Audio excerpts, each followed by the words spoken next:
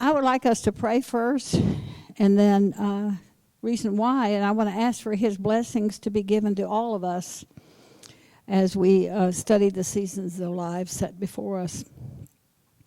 Father, thank you for being here with us and for showing us how important it is for us to know that you handle all the time of the year. Spring, summer, fall, and winter. Night, day, month, year, everything. You're handling all that because you created all of that. But sometimes we forget, Lord, that we are in a season of productivity, and we're still stuck in the one that was behind us. Or we want to be out of this one into the next one. We're not satisfied. So, Lord, show us the beauty of the seasons that you have created. Help us to understand your word. Help us to understand the human way of looking at things and the spiritual way of soaring and really enjoying it more and more. And taking that word that Bev was saying, learning how to be content in whatever state we're in. And so, Lord, bless us to bless others, and may you be glorified. In Jesus' name, amen. It's indeed an honor and a privilege to be here with you all. And it's also an honor to introduce three of my friends who will be presenting with me the seasons of life. Diane Ludwig as a spring presenter, Lynn Lurge as the summer presenter, CJ McDaniel as the fall presenter, and me as the winter. We thought that would keep us straight if you all, y'all could figure out who we were. All right, in this way. Okay, what we're going to do here is we are going to present each one of those seasons to you all and see where you fit in or see where you're going to fit in. Won't that be fun? Y'all excited about it? You're agreeing to laugh and to smile, and that's wonderful. We need that. Okay. I want to thank you, all of you all, for agreeing to come up here and to help me tell these stories. And I hope that everyone's going to be blessed and that you all will be and that the Lord will be glorified in this. Let me give you a little bit of explanation how we are going to present these talks. In your folder you're going to receive are 4 sheets of paper, one on one side and 3 sheets on the other side. Yes, you're right. The one on the left is a Woman's Refuge newsletter. Does everyone have a folder? You got a folder, everybody? The newsletter is the one that's hot off the press from the Women's Refuge as of Thursday, okay? And so since all of the ladies serve over at the Women's Refuge, we thought it was okay to stick the letter in there and tell you a little bit about us. And briefly, Donna, I'm going to explain the life cycles. Then I'm going to let CJ explain Ecclesiastes. And then Lynn's going to explain the Christian seasons of life. And Diane explains the newsletter. So that's in the base. That's the way that we're going to be saying it. We're going to be coming up here to the mic. All right? Yeah, we're a little sanguine this morning. We will be talking about Ecclesiastes. I don't know how many of you know anything about Ecclesiastes, but it was written by Solomon. The Lord asked Solomon what he wanted more than anything, and Solomon wanted wisdom. And the Lord blessed him with wisdom, and he's considered to be the wisest man in all the world. And he talks a great deal about life and the seasons of life, and that's what we're going to be touching on today.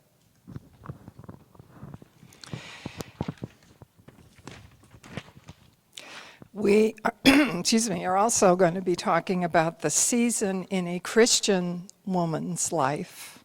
We will start with spring, ages 13 to 25, which is adolescence. Amazing that it's up to 25. It's changed, hasn't it, in recent years. Summer is ages 26 to 45, which is the young adult. Fall, ages 46 to 65. And then winter, ages 66 to 85 and beyond.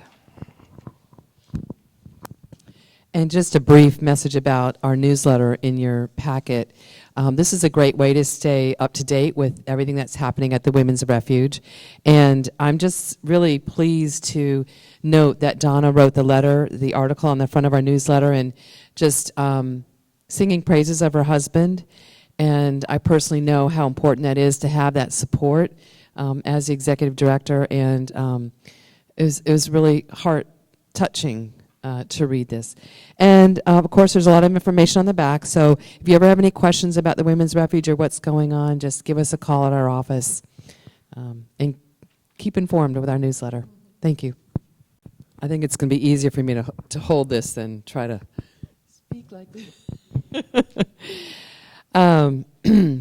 So we're talking about spring this morning, that my talk, ages 13 to 25, and Lynn already alluded to the fact that, the American Psychiatric Association has really made some changes in the age range of adolescents, and now they're saying that it's 13 to 25. Most of us had previously believed that was 13 to 21.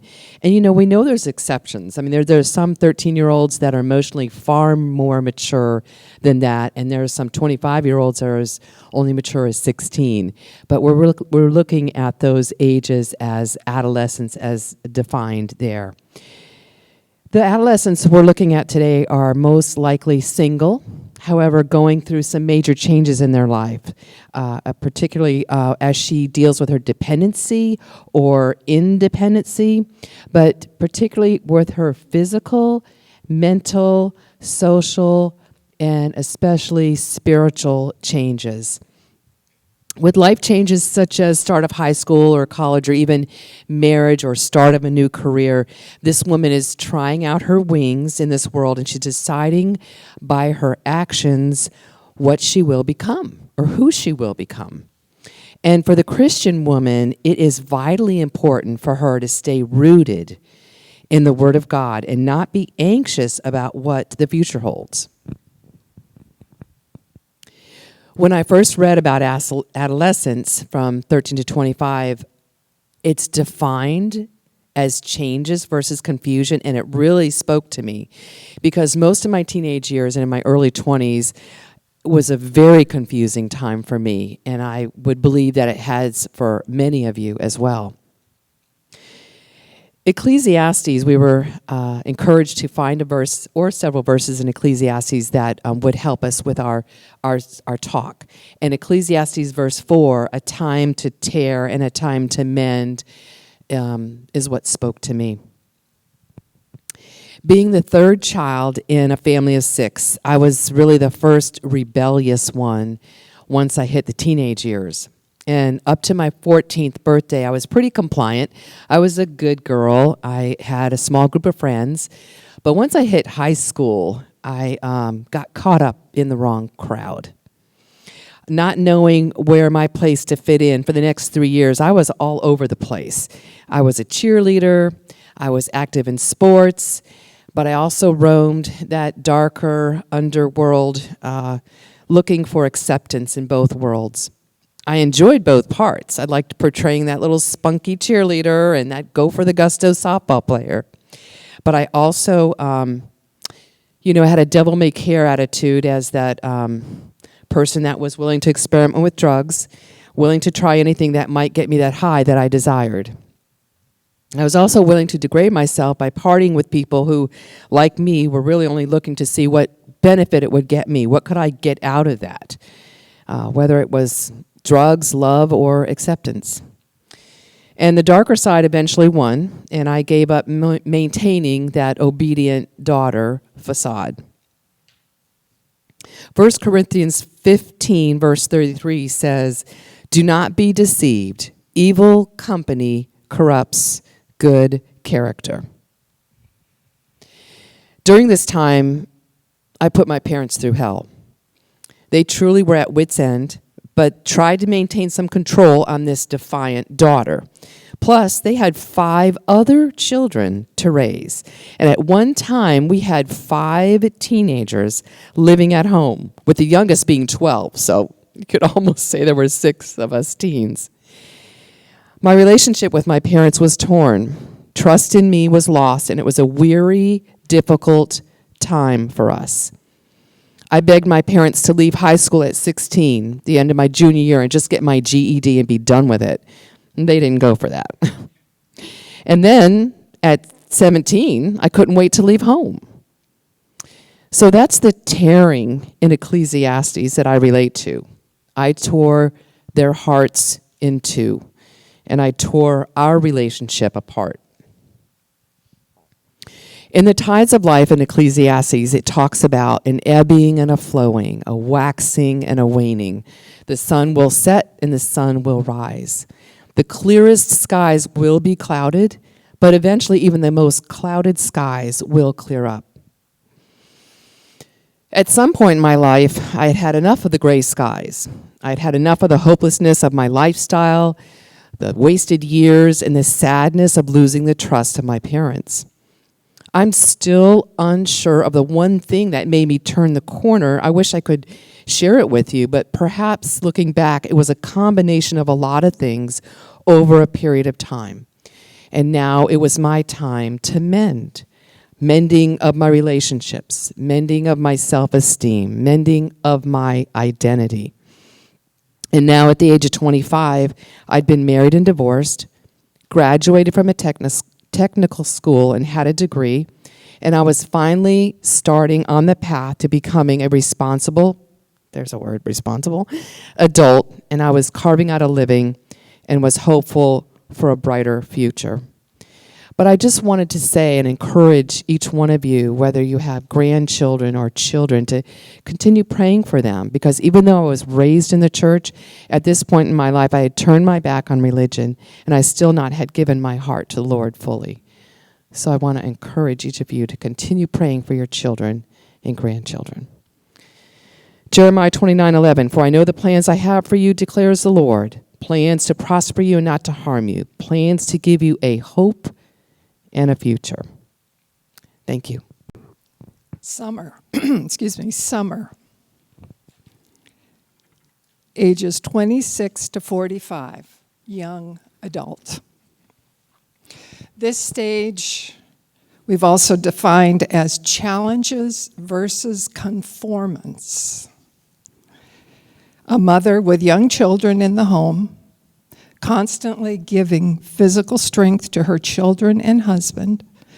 She may not feel at times as though she's accomplishing anything aside from changing a diaper and feeding her children, or carpooling, or separating fights. I know at times it feels as though she had a great day if she gets a shower and fixes a meal. Motherhood, at least for some women, seems so unproductive. In the workplace, she marks her achievements by the number of phone calls or tasks or sales that she completes, and yet there are failures and disappointments there as well. Both of these roles require endurance and strong faith in the Lord's presence in times of testing. Understanding and accepting her husband and the call on his life and the stages that he goes through is a major test. Being a good example to those coming beside or behind her at home or work is definitely challenging, but the results are everlasting.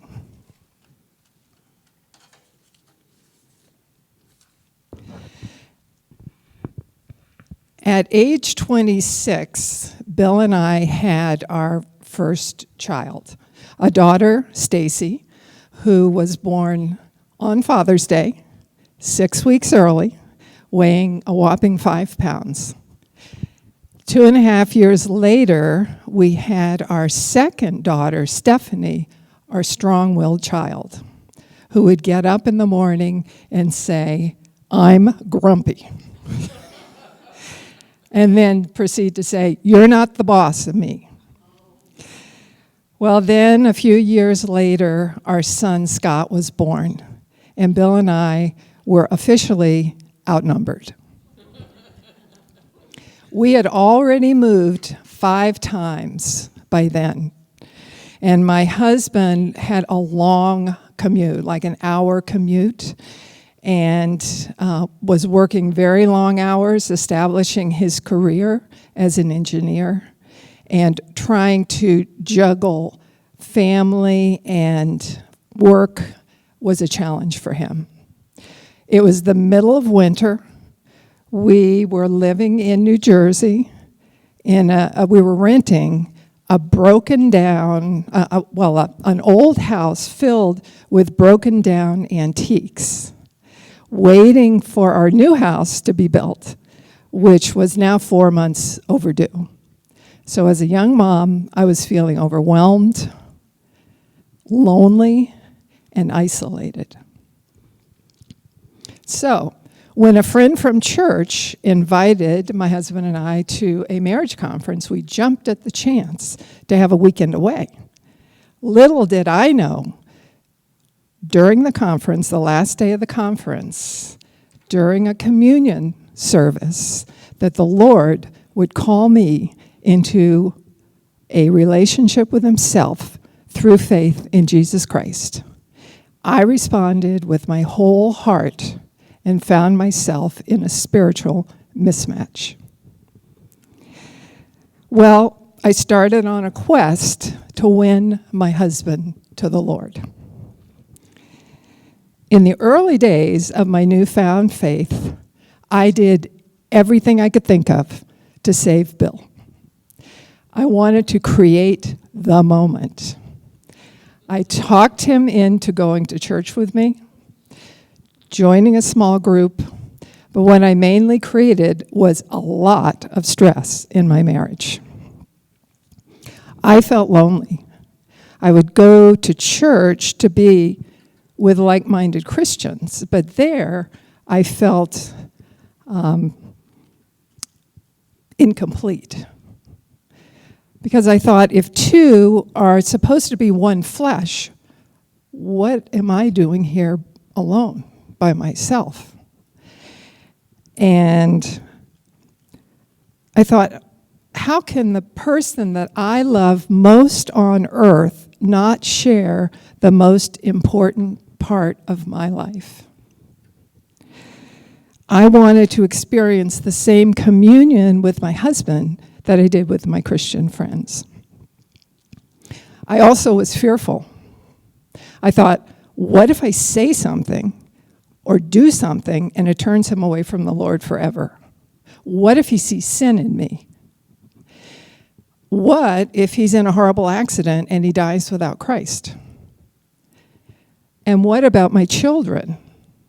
What is the effect of having a spiritual mismatch going to do? What effect is it going to have on them? Well, as I began to study the Word, spent more and more time with the Lord, joined a Bible study, my husband, Bill, felt like he was losing his wife. He felt that he was not measuring up, that he had a significant flaw in my eyes because he wasn't a follower of Christ, and that it lessened my opinion of him in every area of our life. We were arguing all the time. We were growing further and further apart. I thought, did God make a mistake in putting me in this spiritually mismatched situation? Had I married the wrong person? Society probably would have said divorce. But God said, this is my sovereign plan for you, for your marriage and your life in this season. He wanted to use the challenges to conform me into his image and to bring him glory. So as I began to trust God's sovereign plan, my prayers began to change. I prayed, Lord, change me. My husband's spiritual condition was not my responsibility, nor my fault. That it was about God, his plan and timing. No one can come to Jesus unless the Father draws him, John 6:44.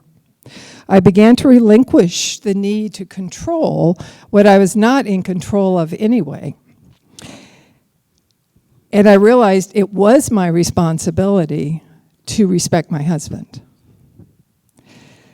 In Ephesians 5:33, it says, "Each one of you also must love his wife as he loves himself, and the wife must respect her husband." I was to unconditionally accept and respect Bill now, not wait until I thought he deserved it. Ecclesiastes 3:3, "There is a time to tear down and a time to build up." And one of the best ways that I could love my children was by showing love and modeling respect for my husband, for their father. I learned during that season that God truly does have a sovereign plan for my marriage and my life, that he wants to use it for my good and for his glory. Ecclesiastes 3:4, "There is a time to mourn and a time to dance." Instead of focusing on my circumstances, I began to focus on the one who was able to give me strength. I can do everything through him who gives me strength, Philippians 4:13. And my God will meet all your needs, my needs, according to his glorious riches in Christ Jesus, Philippians 4:19. So I chose not simply survive, but to thrive.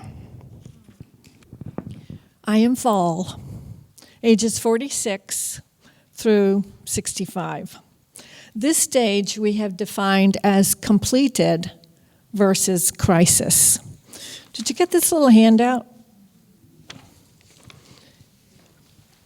Middle age. Generativity, whatever that word is. I do indeed have trouble with that. I had to look that up. To make one's mark on the world by taking care of others, as well as creating and accomplishing things that make the world a better place, versus stagnation. Between the ages of 46 to 55, I think of Ecclesiastes 3:2, a time to be born and a time to die. In that period, my 2 daughters gave me 6 grandchildren. It's a beautiful time to witness their birth. I got to be a part of each one of their births. It was a glorious time. But also during that period, my last 2 parents died.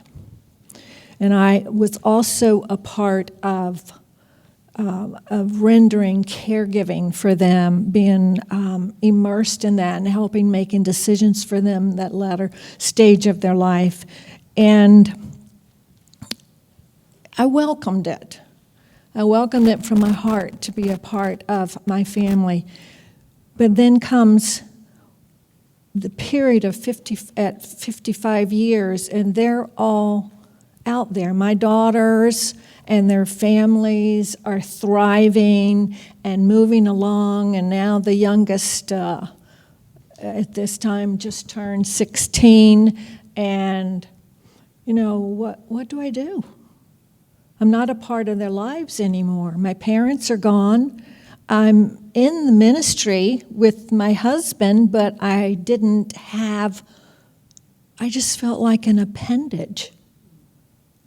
I couldn't find my place, and he was all over traveling and busy. I felt just like a neglected, shriveled up appendage.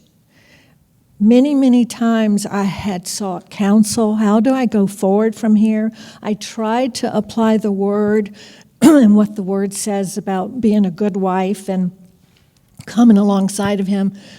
It just didn't seem to fit. I felt out of place. Something was wrong in my walk with the Lord and in my marriage, and I didn't know how to fix it. So what now? What now? 55 through 58, Ecclesiastes 3:3, a time to kill, a time to heal, a time to break down, a time to build up. I had reached a crossroads. I didn't know what was going on, but I couldn't live this way anymore. We had sought counsel. I should rephrase that. I had sought counsel. He wasn't really interested in counseling. And I found I was fighting to find myself in the Lord, to find my worth and my purpose and how to let go of what I needed to let go that was in me that was hindering my relationship with my husband and what was hindering me from growing with the Lord. Where was my niche? I came to the Women's Refuge looking for hope, looking to tear down, to kill those things in me that were hindering me from growing. I didn't realize I held bitterness and resentment, unforgiveness. I didn't realize those things were in me and that I had put layer upon layer over those years of being married to my husband and buried those things inside of me that I needed to take a good look at. And being in the ministry, I didn't realize that I'd gotten to a place where it was about image. That's pride. I had to fit this image of being a good Christian and particularly a good minister. And what would the church think if I didn't own up to this and do it this way or that way? So I came to the Women's Refuge only for 2 weeks to get my act together, to get in touch with what I needed to get in touch with, and hoping that my husband would come along for counseling, because we do offer counseling for men and husbands and wives and families. And as I began to heal from those broken pieces in my heart and began to find my worth again in the Lord, he chose to divorce me. Now, this is a major time. Ecclesiastes 3:4, a time to mourn and to weep. This was extremely painful for me. I was so embarrassed and ashamed. I was devastated. Not so much that I loved him, but because of the dying to this image that I had of what I'm supposed to be as a minister. I have let down God. I have let down the church, the Christian community. I was devastated. And now here I am, 58 years old. Now what am I going to do with my life? This is what I've done all these years. My kids are grown. They're doing great. The grandbabies are doing great. My parents didn't need my help. They were gone to be with the Lord. Now what am I going to do? It's a deep time of mourning for me, like nothing I'd ever felt before. I stayed at the Women's Refuge. I stayed beyond 2 weeks, 3 months, 6 months, 9 months. I entered their internship program, got lots of training. I spent 2 years at the Women's Refuge. And in that time, I found out who really loved me. Who really loved me. And I was no longer an empty shell or an appendage, but I am a child of God, and I am worthy because of him, and I have a purpose, even though at that time I didn't know what that purpose was, but I had come to really, really know and embrace my identity in Jesus Christ. And now it's a time of laughter and dancing, of being set free in my spirit like I'd never experienced before. It was glorious. From there, I was asked to go on staff at Refuge Ranch, which is a rehabilitation Christian program for women recovering from addiction. So I went on staff there, and that was a great time of training for me. And lo and behold, by being there, the Lord blessed me with a man who was devoted to him, a man who loved me and was devoted to me, who adored me, who nurtured me, who protected me, who wanted only the best for me, who wanted to be a part of my life and us to grow together with the Lord. It was truly a time, Ecclesiastes 3:5, of laughing and dancing. And you know what? Learning how to love well. It was wonderful. We were called up to Georgia to help with a men and women's ministry in addiction. And after we got married when I was 61 years old. And after we had been up there 3 years, discovered he had cancer. I had the privilege of caring for him, of loving him and loving him well, and him loving me well, and us growing even closer to the Lord and to one another through that time of being there for him through that. It was a real sweet, sweet time, and I wouldn't trade it for anything in the world. But he went home to be with the Lord a little over 2 years ago.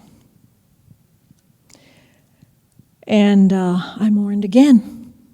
But this morning was so different. This was sweet and peaceful. And how can I say this? But there was joy in the Lord in the midst of this morning. The Lord had blessed us, graciously blessed us, with 8 years of a little taste of Jesus, like being married to Jesus. And mourning as I did, I relished in what the Lord had graciously given me. And then, after things had settled down, I said, "What now, Lord? What now?" I didn't want to go back to being in an addiction ministry. I was willing to do whatever he wanted. I said, "Lord, you know what? I'm okay with going on home to be with you. I'm not depressed or suicidal. I can go home right now. But if you have something else for me, I need to know what it is." Donna had always stayed in touch with me. And I could sense the pulling back to the Women's Refuge. And she called me up, and she asked me, "When you're ready, come home." I wanted to give back. I wanted to give back to all that the Lord had done for me and given to me. There have to be hurting women out there that can relate to some of what I've experienced. And so the Lord brought me back a year ago. He brought me back to the Women's Refuge, where I have the privilege of pouring into the lives of women who are hurting. I want to continue to give back. I want to see other ladies know they're not alone. They're not alone, and they can live and love and dance with the Lord. Those who hope in the Lord will renew their strength. They will soar on wings like eagles. They will run and not grow weary. They will walk and not be faint. Isaiah 40:31. May I turn it over to Miss Winter? Thank you, fellow seasons. I'm Winter. My ages are 66 to 85. I think that maybe in the future I might have to extend these ages because we're living longer, aren't we, ladies? We got some here that are 90s, that we value their input in the community as well. This stage is defined as contentment versus chaos. And it can be in so many ways, and it is in so many ways with the people that we see. There's in Table Talk for next month, you're going to see the whole book, the whole devotional is based on the generational gap and the need for the elderly to produce more commitment into their churches and to help people coming up behind them. Well, I think that was where I was, obviously, when I left home in 1995 after my first husband died.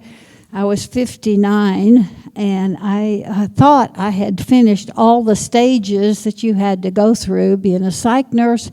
I kept that real clear that I was not going to go past a stage without fulfilling it.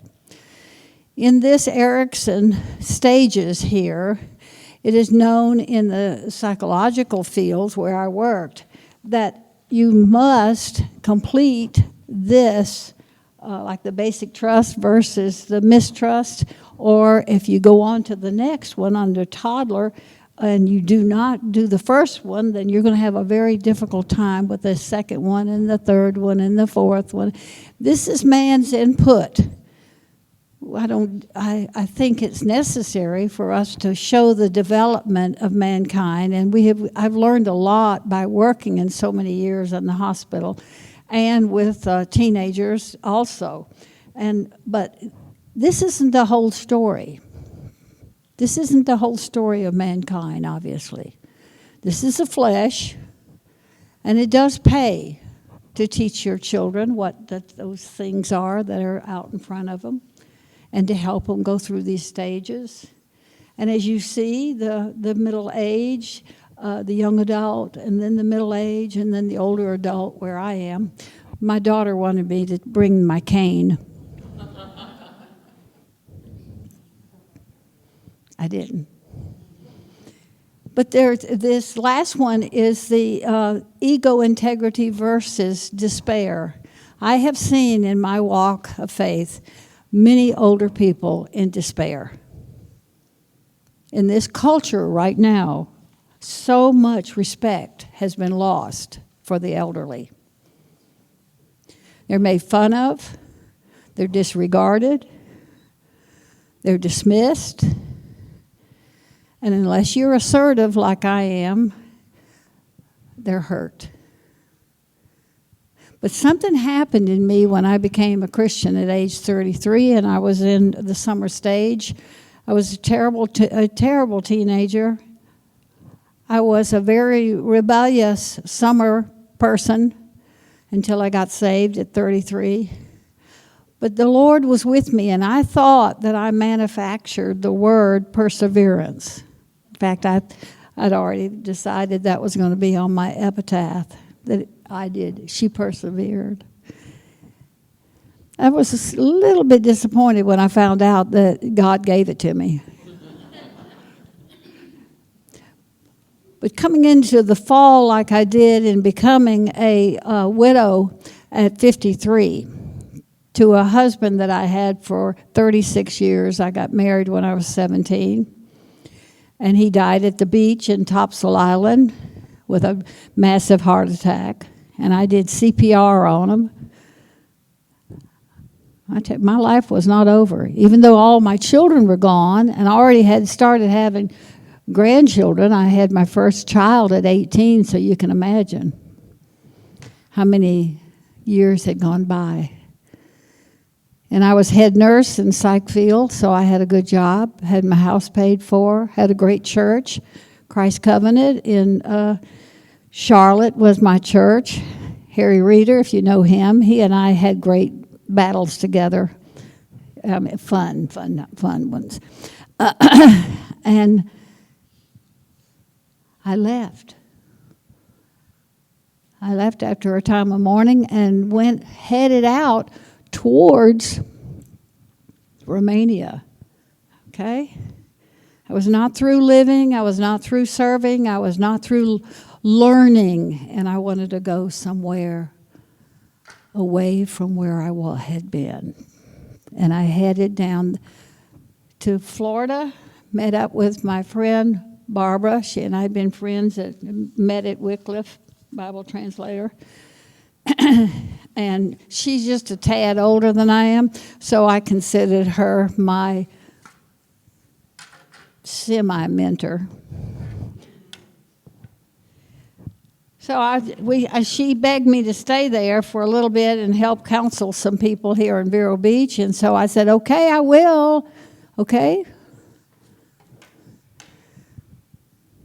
And I moved down on the beach and stayed there and counseled people in town for about 9 months. This guy moved next door to me on the beach. I didn't like him as a person, to date. He didn't like me as a person to date. And yet, by the providence of God and the hand of mercy, we were married in 6 months. What a blessing. What a blessing. Heading towards 60, okay, thinking I could still run races and jog and rollerblade and do all those things. Heading towards that mark, hearing that call that had been on my life since since the 70s to open up a women's refuge. Ted heard it from me, and together in 1997, the refuge was open, as some of you all well know, and it was 25 years to the month that I had been praying and the Lord had shown me open up a women's refuge. And think about that, all right? 60 years old, starting a new ministry, a new marriage, a new life. Going from one crazy season of my life as an adolescent, running away from home, horrible childhood, going into summer, into doing my own thing, becoming a psych nurse, having 5 children, going into fall and saying, there's going to be something else after being a widow. Well, I want you to know that God had so much more, even with all of that, for me after I hit 70. I think some of the most profitable times in a person's life, men or women, are the years 50 to 70. Anybody want to shake their head? Profitable. Profitable. No children at home. You're not really caring about what other people think anymore. You've got whatever you're settled into doing in your life, you're doing it, okay? You don't have any major sicknesses yet, but in my case, when the clock went 70 years old, I started getting heart trouble and a peripheral artery disease, and I now, after I'm 82, after had one this last June, a stent. I have 3 stents, and, I'm held together with duct tape, and I don't know what else I got is holding me together. This little Band-Aid right here. Last Sunday I was sitting over there. Did anybody see the blood squirt out of my arm? Go onto my dress. I could have died. I wasn't really worried about the blood. I was worried about my dress. It went down into my hand, and, these two sitting there, and they look over at me. They didn't scream. She just pulled out a piece of gauze or Kleenex out of her purse and dabbed it on my arm. She found a Band-Aid, okay, without saying a word, and I'm thinking, what are you just doing on me? Then I blame Barbara. Barbara told me about thin skin. That you get that when you get older. After you pass 70, you get thin skin. And now you don't have to shake your head if you're not there. Don't shake your head. Okay? Look for it. Look for it. Then you won't be so shocked. Like,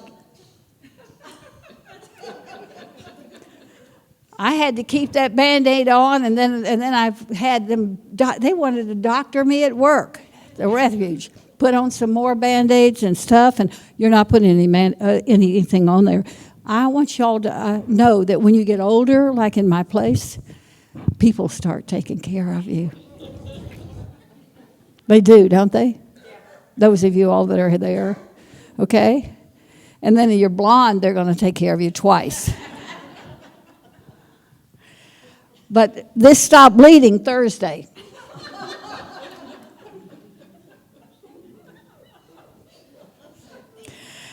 Now to top, here, okay, it's not all. You could have been going to my funeral today. Seth could have been doing my funeral today. I almost had meningitis. I didn't know, and I'm a nurse, I didn't know that abscessed tooth that I had for 1 month went into a sinus infection, completely took over the gums in that side of my mouth, and it was going up into my eye like this. Ted nearly had a stroke one time when I showed him, you want to see under here? There's a big old red ball in there, and he said, you got to go to the hospital. 5 antibiotics later, one of them being an IV, and that just stopped Thursday. I feel fine. But my cardiologist said to me, are you crazy? You're not. That's not a very nice thing for a physician to say. Okay, a winter is a well-seasoned woman who is coming through a retirement of sorts and looks towards the end of her life.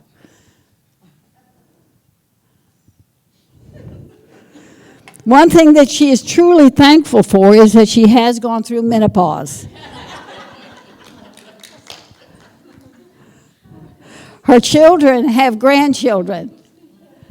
I have 4 children, 22 grandchildren, and 28 great-grandchildren, and 1 coming. And she now remembers the day when she was more active and involved. No, I don't. This is a Christian woman, okay? The normal Christian woman. She is statistically living longer, that's me, due to the medical advances of this past generation.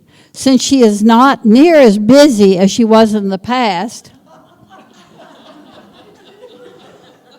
she wonders if she is of any value. That's not true. That's not true. I know I'm of value. Don't you? Don't you? We know we're of value. God has loved us and brought us through all those stages. He had wonderful life for us with our husbands and our children and our neighborhood and our churches. We had a wonderful life, didn't we? You got to shake your head yes if you really believe that. Okay? Or you're having that right now.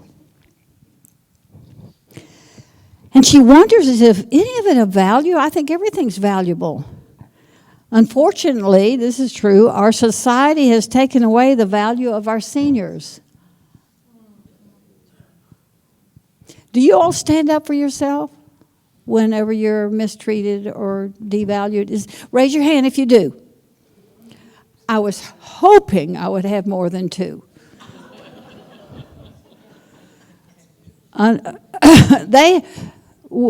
Seniors have wisdom and insight for so many years that they have overcome difficulties in their life. I am shocked at how much wisdom that I have. I just don't know what to do with it.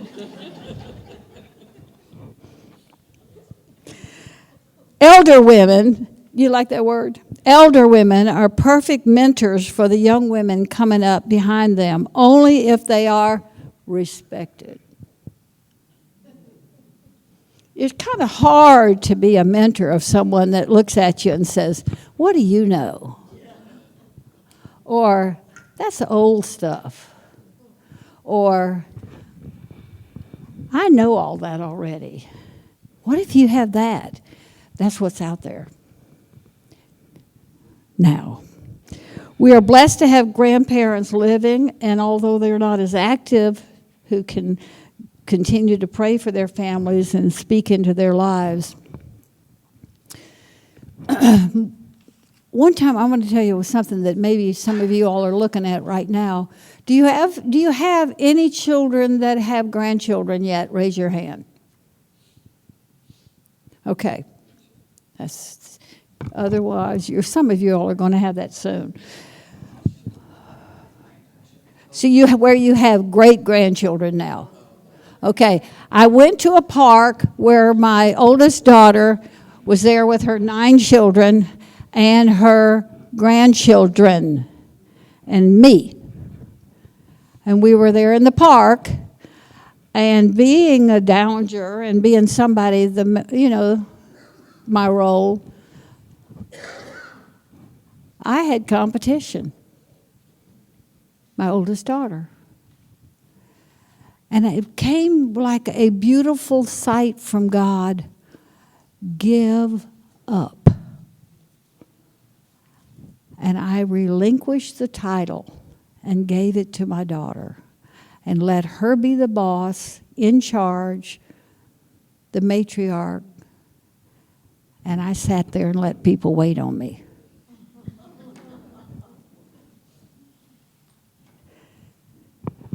Something that I found out very much that's helping me so much is giving up the role of the executive director this way, that we did it this time, because I gave it up 3 times before, but this time was right. Not only does Diane have the gift of organization, but she gives great respect for me, puts up with me. And I don't work but half the time. I do a lot of other stuff, I think.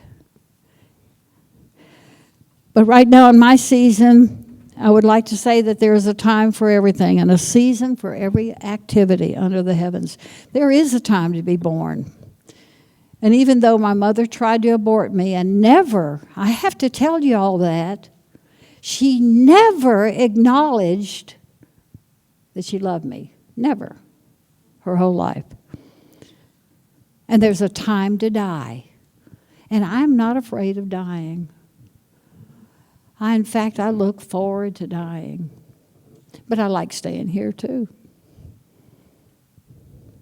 And there's a time to search and a time to give up. There's a time to keep and a time to throw away. Now, I'm encouraging you all and myself that this is a journey that God has put us on, all of us. He loves us. We are selected. We are chosen. And we have purpose. All of us are called. We're not called for the same service, but all of us are important. There's no one better than anybody else. There's no, we used to laugh at a person that said, I'm God's favorite, and I thought, you're a spoiled brat. That's what I thought. But I want you to know that as my aging process, not only, Barbara, I'm going to have to tell this, because you laughed, and I'm going to tell them about it. The other day, first time, I fell out of the bed.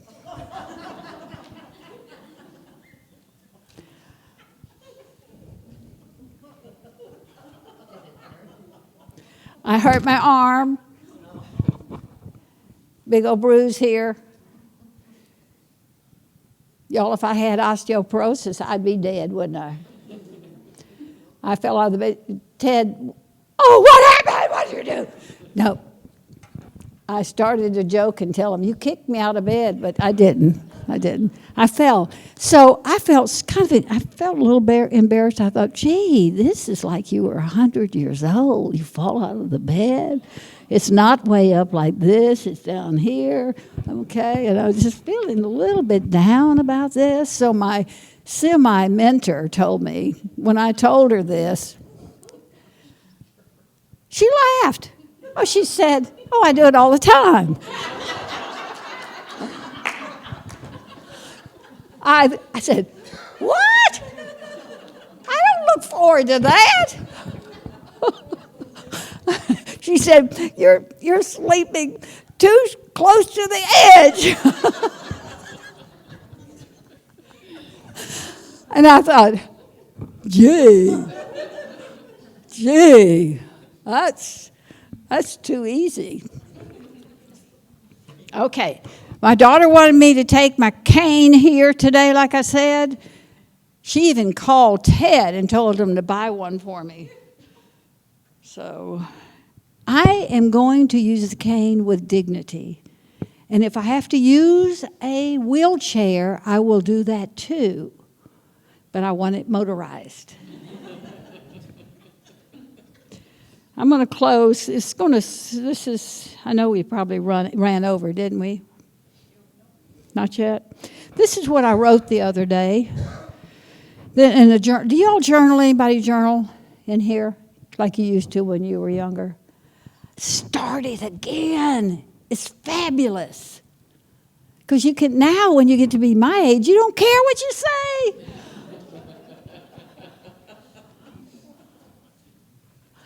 This is what I wrote to the Lord the other day. And if you get embarrassed, shake it off. Tuesday at 5:18. Oh, by the way, did you know that when you get older, you wake up earlier? Okay. So in Ecclesiastes. And my soul is at rest, whether my body is or not. I've been lately remembering with so much passion that it spills over into my sleeping. So I get to wake up and meditate on what you want me to remember. Here I am sitting on my favorite spot on our leather couch in our cozy living room, and music is playing ever so softly from my cell phone. No loud lyrics, just piano and violins. The Bible is open beside me, and that comforts me before I read it, during I'm reading it, and even after I read it. There it is beside me with all of your words of remembrances of the past and your promises of the future. It's sad that I don't write in this journal every day. I choose not to feel guilty unless you are convicting me to confess my negligence as sin. So are you? That's easy, because sin is what I do every day anyway in some way. Forgive me for not seeking you as I should or I could. I have no excuse other than I'm old and tired and full of aches and pains and woes.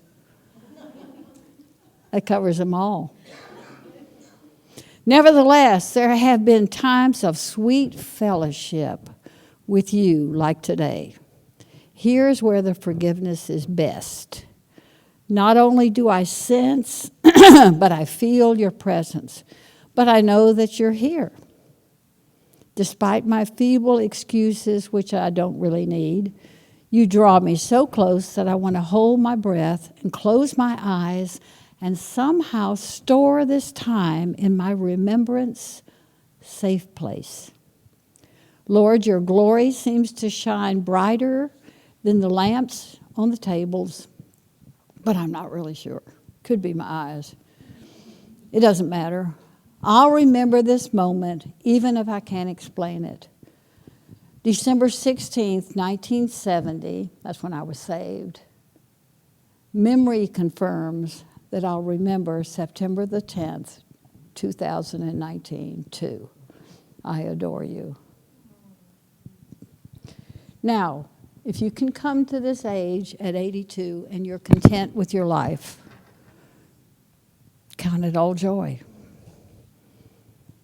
Understand that God's had a plan for you, and He's going to keep you all the rest of your life.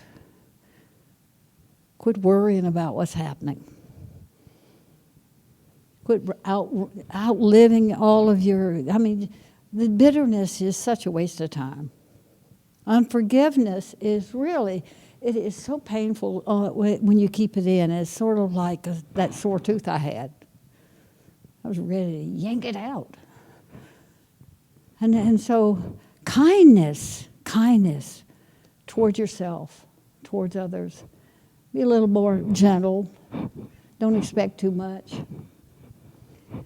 And when somebody really just disrespects you, pat them on the arm and says, you're going to learn one day what this is like. And we as Christians need to let the people coming up behind us. God is faithful. Okay? Amen.